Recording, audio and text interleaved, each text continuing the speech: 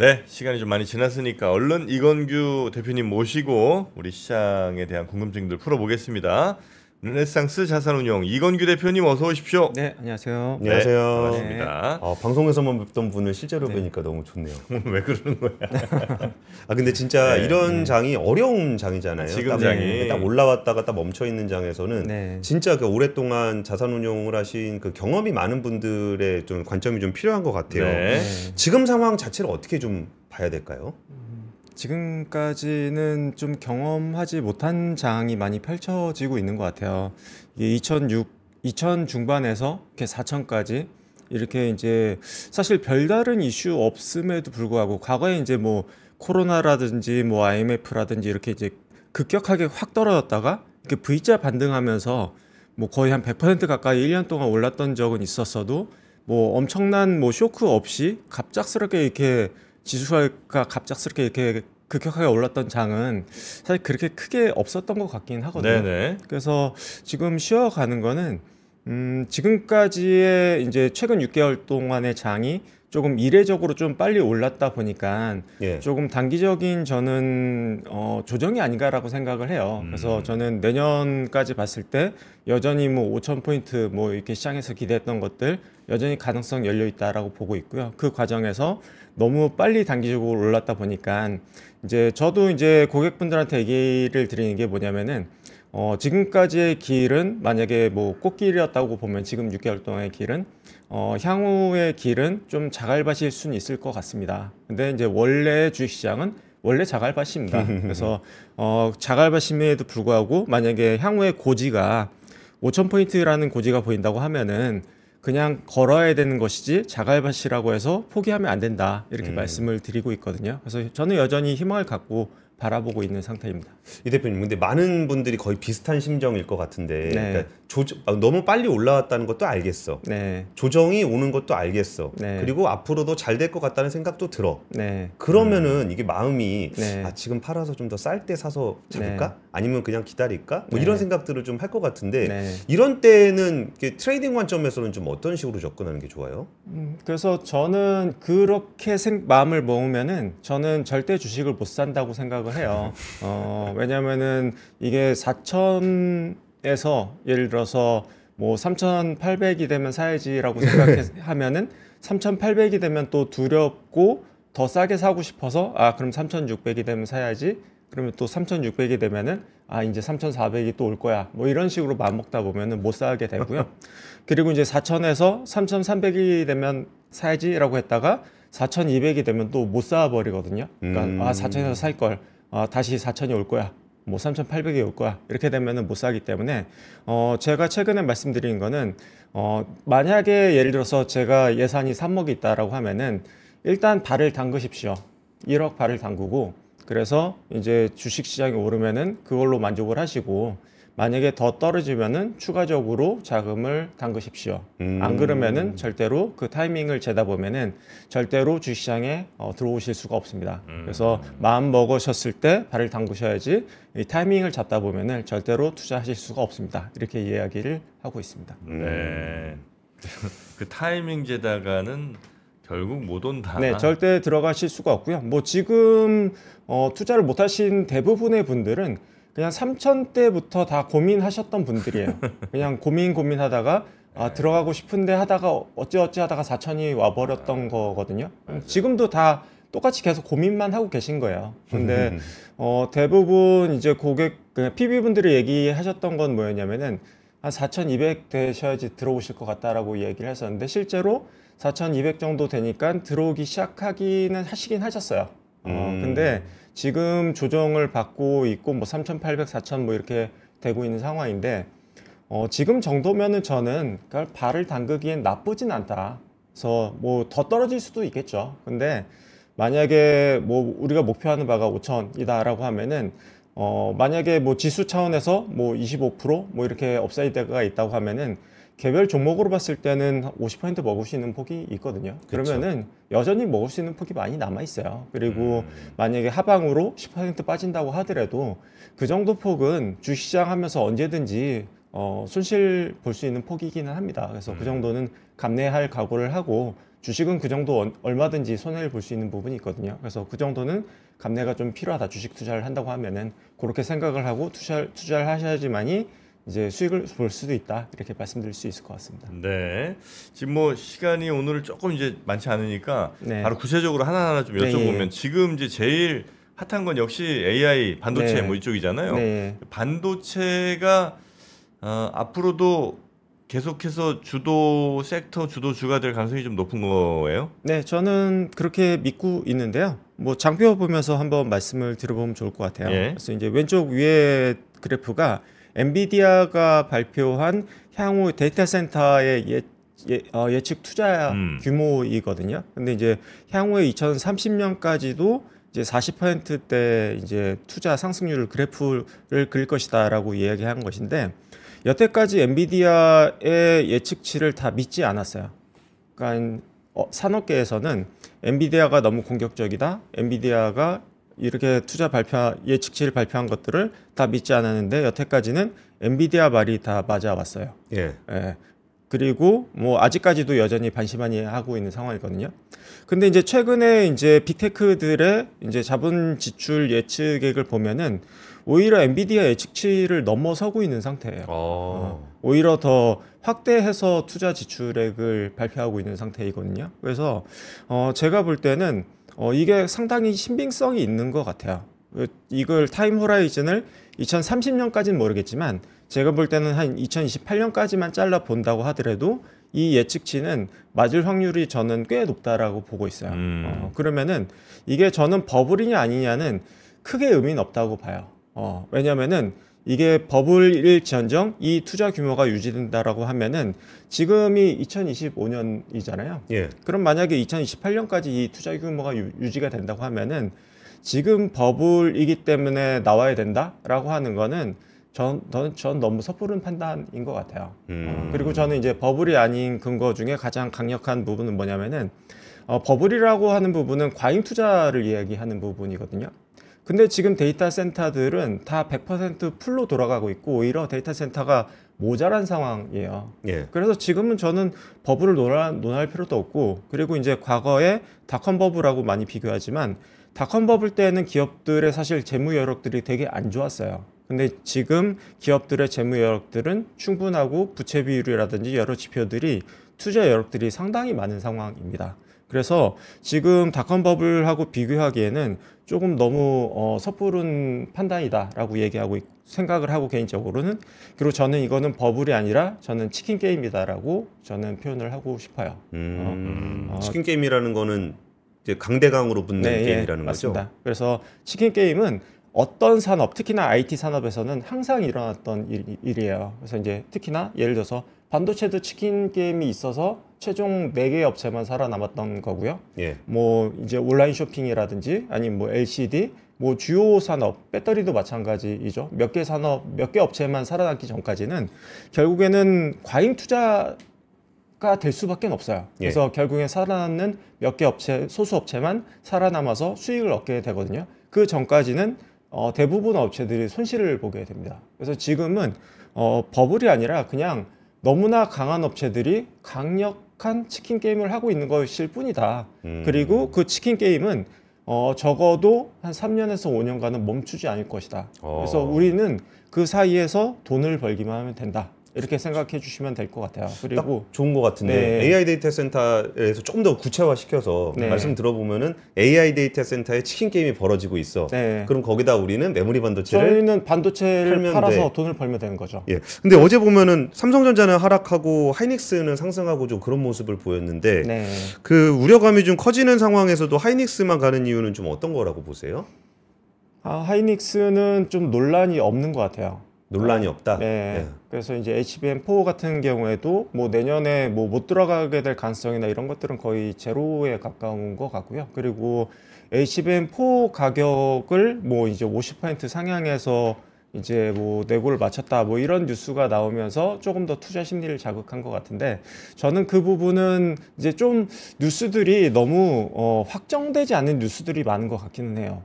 반대로 삼성전자 관련해서는 또 부정적인 뉴스나 루머들이 좀 많은 것 같고요. 예.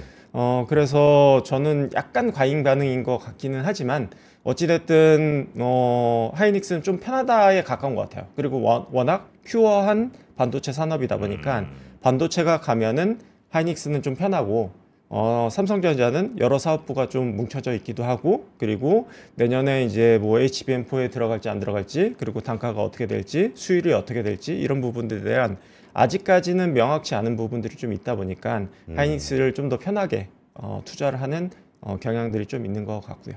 그럼 하이닉스는 앞으로도 뭐 사람들의 이런 뭐 투자 심리 그리고 좀 편안한 마음 뭐 이런 것들이 있어서 지금까지 사실은 무척 많이 올라왔음에도 네. 이 친구가 여전히 이른바 주도주로서의 자리를 지킬 가능성이 높은 거예요? 저는 그렇게 바라보고 있습니다. 이렇게 많이 올라왔음에도. 네네.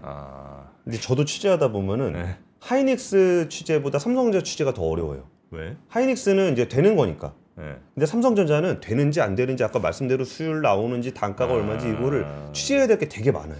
아 그래요. 네. 그래서 여전히 이렇게 부담스러운 예. 수준은 아니에요 하이닉스는. 요 장표 보면서 다시 말씀을 드리면은 이게 시장이 가장 드라마틱하게 변한 게 이제 오른쪽 위에 오라클의 이제 클라우드 딜 규모에서 바뀐 시장 색깔이 완전히 바뀌었거든요. 이게 이제 8월 달부터 데이터 거래량이 3배 정도 증가를 하게 돼요. 요게 이제 챗 GPT 5가 나오게 되면서 이제 완전히 데이터 거래량이 폭주하게 되거든요. 그래서 이제 기존에는 이제 학습 시장만 데이터 센터가 많이 이제 데이터량이 거래될 줄 알았는데 요게 이제 추론 시장 그래서 서비스 시장이 되면은 데이터 거래량이 그렇게 늘지 않을 줄 알았는데 추론 시장에서도 이렇게 데이터가 크게 는다라는 거를 우리가 처음 확인하게 된 계기인 것 같고 예. 이때부터 레거시 디램하고 낸드 쇼티지가 발생을 하게 됩니다. 그래서 우리나라 반도체가 본격적으로 반등하게 된 계기가 이것이다라고 봐주시면 될 것 같고요.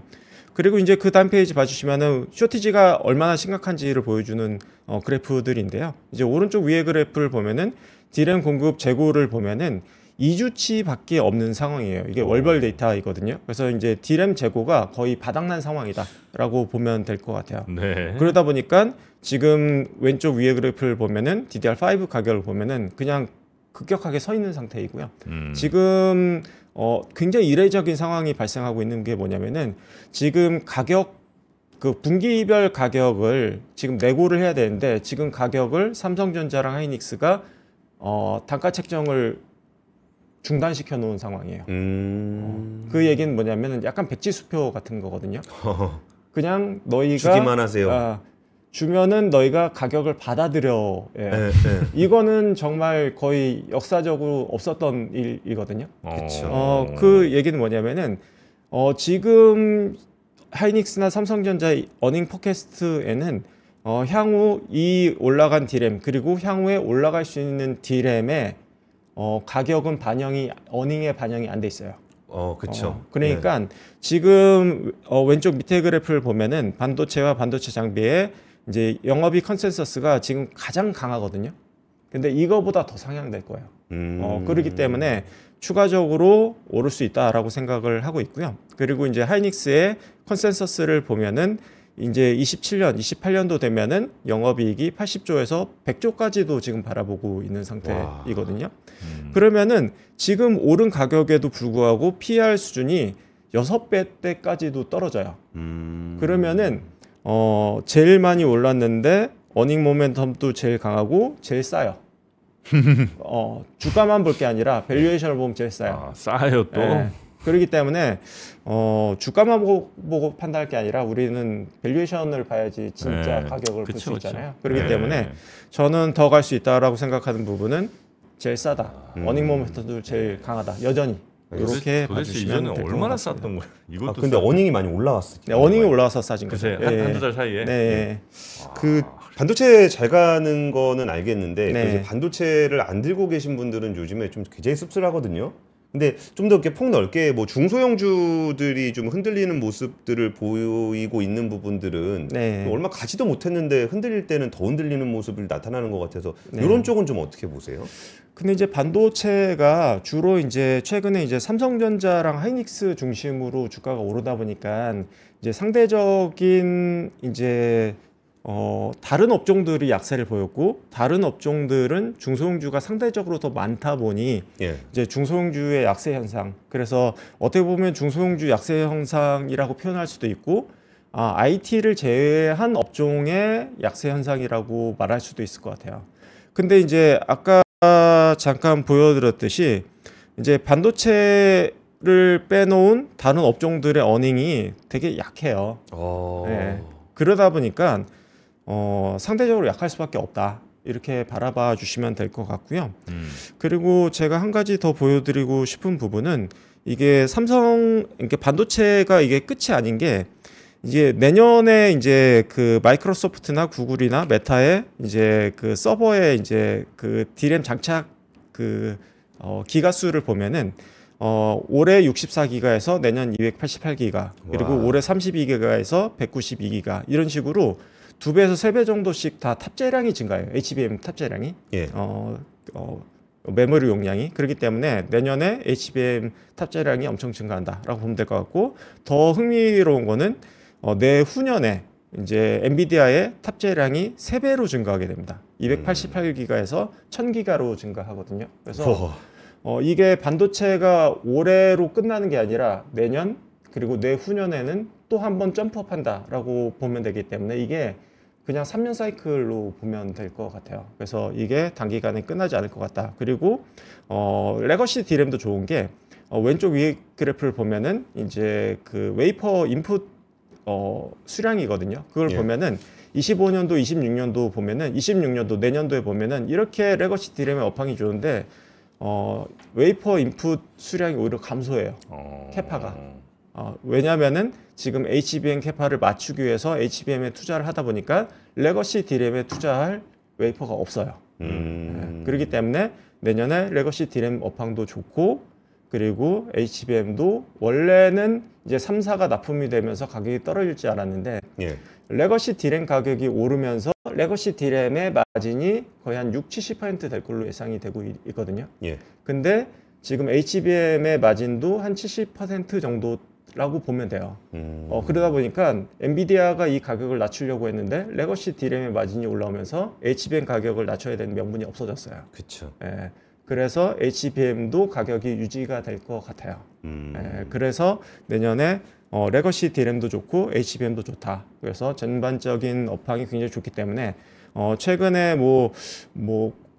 약간 버블이니 이런 것들은 사실 저는 투자가 계속 되는 한 그래서 저는 엑시트해야 되는 시점은 저는 이거라고 봐요.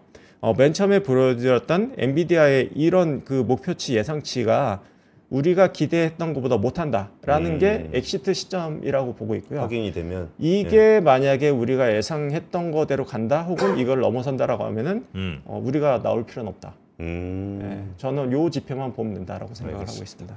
대표님, 뭐 사실 이렇게 찬바람이 불면 네. 뭐 배당이라든지 아니면은 뭐 이렇게 자사주 소각이라든지 네. 이런 그 주주가치 환원에 대한 기대가 좀 올라갔는데 이번에 워낙 반도체가 워낙 뜨거워서 네. 그런 얘기들이 좀 없어졌었던 것 같아요. 네. 근데 결국은 이제 밸류업 얘기를 좀 해보고 싶은 건데 네. 이 밸류업에 대한 얘기를 최근에 조금 덜 하게 되는 것 같아가지고 네. 이게 우리나라 지수가 이제 그 강세장 K 밸류업의 힘을 더 받을 여지가 좀 더 남아 있을까요? 네, 마지막 키가 남아 있는 것 같아요. 그래서 이제 상법 개정 3차 개정을 통해서 이제 자사주 의무 소각이 된다라고 하면은 외국인들의 관심을 확실히 받게 될 수 있을 것 같고요. 요게 거의 마무리 완성 키가 될 것 같아요. 근데 이게 마지막 관건은 뭐냐면은 그러니까 기보유 자사주에 대해서도 의무 소각을 할 것이냐가 핵심 키가 될 것 같기는 해요. 기보유 자사주 소각. 네, 기보유 자사주 소각이 된다고 하면은 이거는 너무 서프라이즈한 일이거든요. 그렇죠. 저는 이 가능성을 저는 사실 거의 0%로 봤어요. 왜냐하면은 사실 이제 자사주 의무 소각을 법률화하는 나라도 거의 없어요. 그렇죠. 거기다가 기보유 자사주까지 의무화한다? 소각을 이건 저는 현실화되기 되게 어렵다고 봤거든요. 근데 정말 이것까지 현실화된다고 하면은 정부의 의지가 얼마나 강하다라는 거를 보여주는 거기 때문에 이제 투자자들의 자금이 꽤 많이 몰려들 수 있다. 그리고 최근에 이제 부동산과 관련해서는 이제 투자하기가 굉장히 좀 오른쪽으로 가고 있기 때문에 확실히 주식 쪽으로 많이 시각이 쏠릴 수 있는 부분이 있다 보니까 충분히 가능성이 있다라고 보고 있고, 그래서 전반적으로 좀 무르익는 것 같아요. 그래서 원래는 이제 내년으로 미뤄질 줄 알았는데 3차 상법 개정도 올해 연내로 처리하겠다라고 이야기를 하고 있고, 그리고 이제 내년 됐을 때는 올해 12월에 이제 QT가 이제 미국에서 이제 종료가 되고 양적 긴축이 종료가 되고, 만약에 내년에 다시 QE로 이제 돌아가서 돈을 풀기 시작한다라고 하면은 내년에 다시 유동성 파티가 나올 수도 있는 부분이 있거든요. 그러면은 저는 내년 올해 지금 당장 좀 흔들리고는 있지만 저는 내년 상당히 기대해 볼 만하지 않나? 근데 기대해 보는 정도가 아니라 굉장히 강하게 보고 계신 것 같은데요?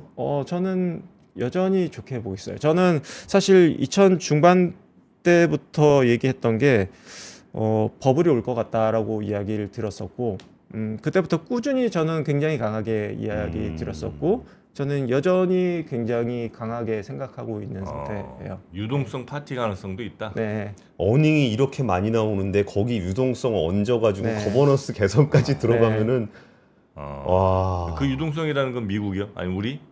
뭐 모든 나라 포함이죠. 그래서 제가 요 마지막으로 차트 하나 더 보여드리면은 요게 되게 재미있는 차트인데, 요게 이제 미국 S&P 500 지수랑 요게 이제 그 미국 고용 차트거든요. 근데 이제 요 변곡점이 생긴 게 뭐냐면은 챗GPT가 이제 오픈된 시점이에요. 그러니까 요 시점을 기점으로 해서 미국의 채용은 계속해서 떨어지기 시작을 했고요. 미국의 지수는 S&P. 올라가기 시작을 했죠. 이 이야기는 뭐냐면은 채용은 안 돼요. 그래서 개인들의 살림살이는 앞으로도 계속 빡빡해질 것이고, 이거는 만국 공통이에요. 우리나라도 채용은 계속 안 될 거예요. 근데 기업들의 효율성은 더 좋아지고 있어요. 비용은 주고 있고 효율성을 주고 있고 사람들을 더 안 뽑아도 되는 상황이 되고 있어요. 그러면 개인들이 할 수 있는 건 뭐냐면은 자산가가 되는 거예요. 그래서 정부들은 돈을 더 풀 수밖에 없고, 돈의 가치는 더 떨어지고, 주식이라도 갖고 있고 부동산이라도 갖고 있지 않으면은 개인들은 더 살기 힘든 쪽으로 가게 될 것 같아요. 가만히 있어도 가난해지는. 네. 그래서 슬픈 일이긴 하지만 개인들이 살 수 있는 길은 자산 보유가가 된다. 주식이라도 들고 있어야지 이 험난한 세상을 살아갈 수 있지 않을까. 주식이라도. 알겠습니다. 드는 것 같습니다. 자, 이경규 대표님 오늘 말씀 대단히 감사하고요. 내년에 유동성 파티, 이게 좋은 건지 나쁜 건지 모르겠습니다. 뭐 투자한 입장에서 자갈밭일 수는 있지만, 단기적으로 자갈밭일 수는 있지만 저는 꿋꿋이 걸어야 된다. 알겠습니다. 그리고 저점 맞출 생각하지 말라고 말씀해 주신 것도 되게 인상적이었어요.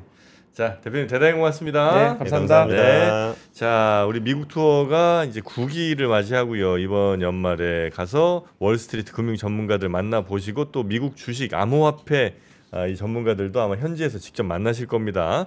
그리고 그 뉴욕에서 진짜 클로징 벨. 진짜 클로징 벨. 진짜 그 벨 한번 그 벨 소리 들어보시면 어떨까 싶은데요. 올해 좀 괜찮으셨죠? 자, 그러면 미국도 한번 다녀오시고요. 뭐 다녀오시고 싶은 분들 한해서 다녀오시면 좋겠고. 근데 갔다 오신 분들의 만족도가 진짜 높더라고요. 맞습니다. 가기 전에 조금 뭐 부담스럽나 싶을 수도 있는데 뭐 갔다 오신 분들 만족도가 대단히 높고요. 자, 그러면 저희는 여기서 인사드리고 내일 이어지는 오프닝 벨 라이브 또 많이 시청해 주시고, 또 월요일 아침에 뵈야 되겠죠? 월요일 날 아침에는 저는 제자리로 돌아가겠습니다. 나 좀 보내줘. 뉴스3 준비 한번 하실래요? 알겠습니다. 함께해 주신 여러분 감사합니다. 고맙습니다. 이렇게 적은 금액으로 각 분야의 제일 전문가인 분들의 살아있는 지혜를 들을 수 있다는 게 굉장히 감사하다는 말씀을 너무 드리고 싶었어요. 저는 앞으로 이 위즈덤 컬리지가 계속되면 저는 여생을 함께하고 싶다는 생각을 많이 합니다. 여러분들이 보내주신 뜨거운 성원을 바탕으로 2026 학년도에는 더욱 깊이 있는 강의와 경험을 준비했습니다. 철학 정의란 무엇인가의 마이클 샌델 교수, 기술 블록체인과 암호화폐의 철학을 읽어내는 오태민 작가, 창의 시공간을 넘는 상상력으로 세상을 그리는 베르나르 베르베르 작가, 각 분야 최고의 전문가 17명이 위즈덤 칼리지 2026학년도 연사로 함께합니다. 지금 신청하시면 교보문고 쌤 12개월, 3프로 멤버십과 지하엔 멤버십 1개월, 교보문고 북 콘서트 초청, 2026년도 3프로 유료 프로그램 최우선 배정 및 특별 할인 적용까지 30만 원 상당의 혜택을 모두 드립니다. 영상 아래 링크를 통해 살펴보세요.